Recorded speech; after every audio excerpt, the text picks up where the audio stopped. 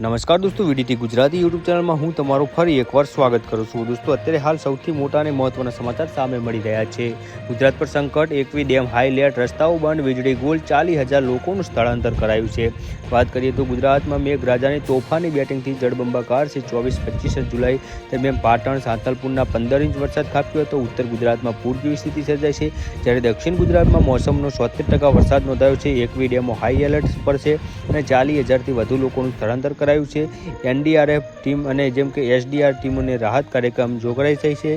ત્યારે ચોમાસાની season 50%ની overflow line વટાવી દીધી છે. છેલ્લા કેટલાય દિવસોથી દક્ષિણ ગુજરાત સહિત રાજ્યભરમાં સાર્વત્રિક મેઘમહેર જોવા મળી છે, જેમાં 24 જુલાઈથી 25 જુલાઈ દરમિયાન ઉત્તર ગુજરાત અને સરહદી વિસ્તારોમાં પાટણ, વાવ-થરાદ ક્ષેત્રમાં જળબંબાકાર સ્થિતિ સર્જાઈ છે. ગુજરાતમાં મેઘરાજાની તોફાની બેટિંગ વચ્ચે રાજ્યમાં એકવી ડેમો હાઈ એલર્ટ પર છે, જ્યારે અનેક રોડ રસ્તાઓ બંધ થયા છે. ત્યારે અવિરત વરસાદના કારણે નવસારી, વલસાડ સહિત અનેક જગ્યાઓ જેમ કે પાણી ફરી વળ્યા છે. અત્યારે હાલના સૌથી મોટા અને મહત્વના સમાચાર સામે મળી રહ્યા છે. હજી 48 કલાકની અંદર ભારેથી અતિ ભારે વરસાદની મોટી